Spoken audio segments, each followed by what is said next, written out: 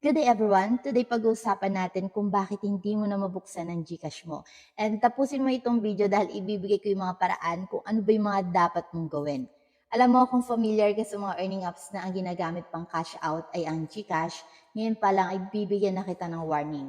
Kung lately talaga hindi mo na mabuksan yung GCash mo kahit ang dami mo nang sinubukan na solution, ay dahil maaaring may nalabag ang regulation ng GCash or may na-detect ang GCash na kaduda-duda sa account mo.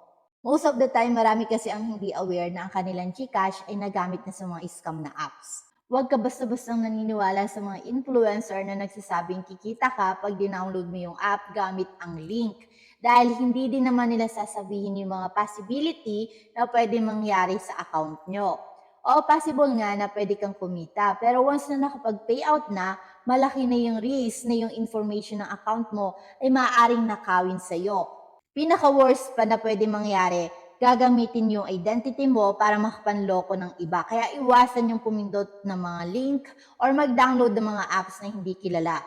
Karamihan kasi sa mga influencer ngayon, nanghihikayat sila dahil pinagkakakitaan nila ito. Sila yung mga binayaran para i-promote ang app.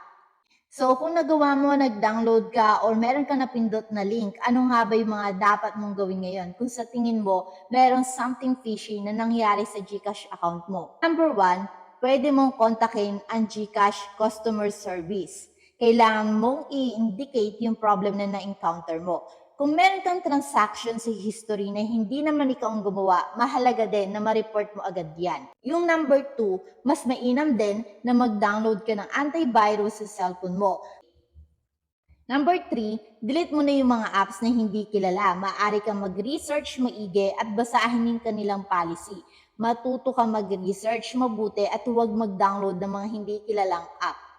Number four, kung sa tingin mo hindi na talaga safe yung GCash account mo, mas mainam na i-delete mo na lang to kapag nagkaroon ka ng access ulit. And number five, gumawa ka na lang ulit ng bagong GCash account but first, update mo muna sa pinakabagong version ang cellphone mo.